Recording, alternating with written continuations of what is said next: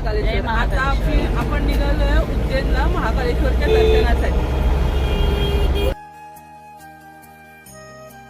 श्री महाकालेश्वर हे भारतातील 12 ज्योतिर्लिंगांपैकी तिसरे ज्योतिर्लिंग आहे.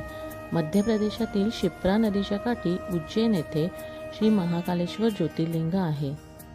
हे एकमेव दक्षिणमुखी शिवलिंग असून स्वयंभू आहे. या मंदिराचा उल्लेख महाभारतातील वेदव्यासापासून कालिदास, बाणभट्ट आणि राजा भोज यांनीही केला आहे.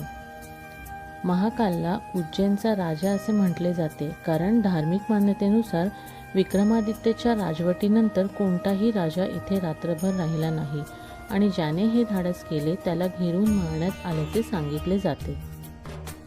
हे मंदिर हजारो वर्ष जुने आहे. मंदिराचा परिसर खूपच विशाल आहे. संध्याकाळी विद्युत रोषणाईमुळे मंदिर आणि परिसर खूपच सुंदर दिसतो. रुद्रसागर नावाचा तलाव देखील ह्या परिसरात आहे.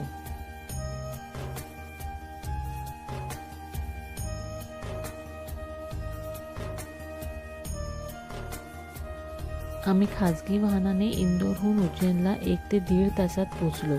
इकडे वाहनांची पार्किंग मंदिरापासून बरीच लांब आहे, पण पार्किंगपासून मंदिरापर्यंत जायला इलेक्ट्रिक ऑटो आहेत. त्या ऑटोने आम्ही मंदिराच्या परिसरात आलो.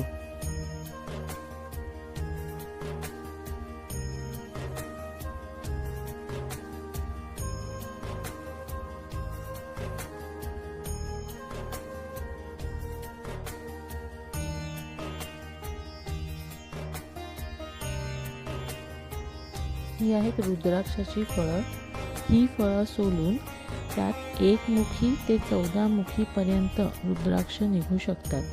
आमच्यापैकी काही जणांनी ही फळं सोलून घेतली. काहींना 2 मुखी म्हणजे शिवपार्वती स्वरूप, काहींना 3 मुखी म्हणजे ब्रह्मा विष्णू महेश स्वरूप आणि काहींना पंचमुखी म्हणजेच हनुमान स्वरूप रुद्राक्ष मिळाले.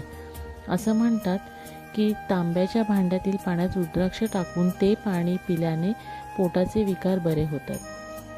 हे फळ तिकडे 50 रुपयामध्ये मिळत होते.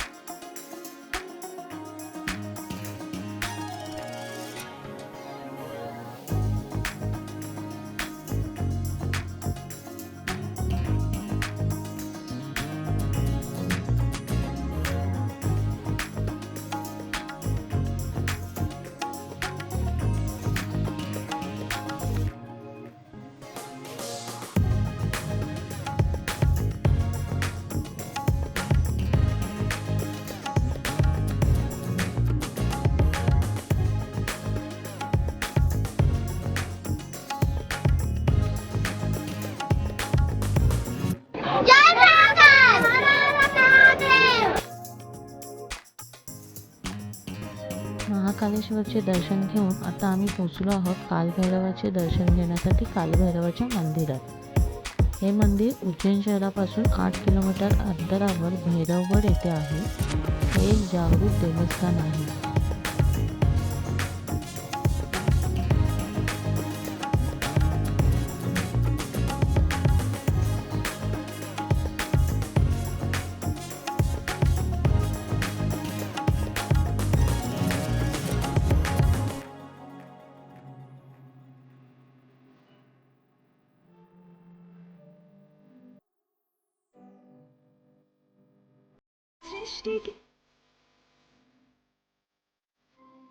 हे आहे उज्जैनचं कालभैरवाचं मंदिर. आत्ताच मी दर्शन घेऊन बाहेर आलो.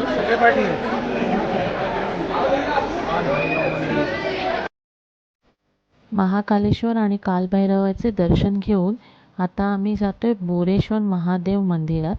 हे मंदिर कुठे आहे, याचे महत्त्व काय आहे, हे आपण पुढच्या भागात बघूया.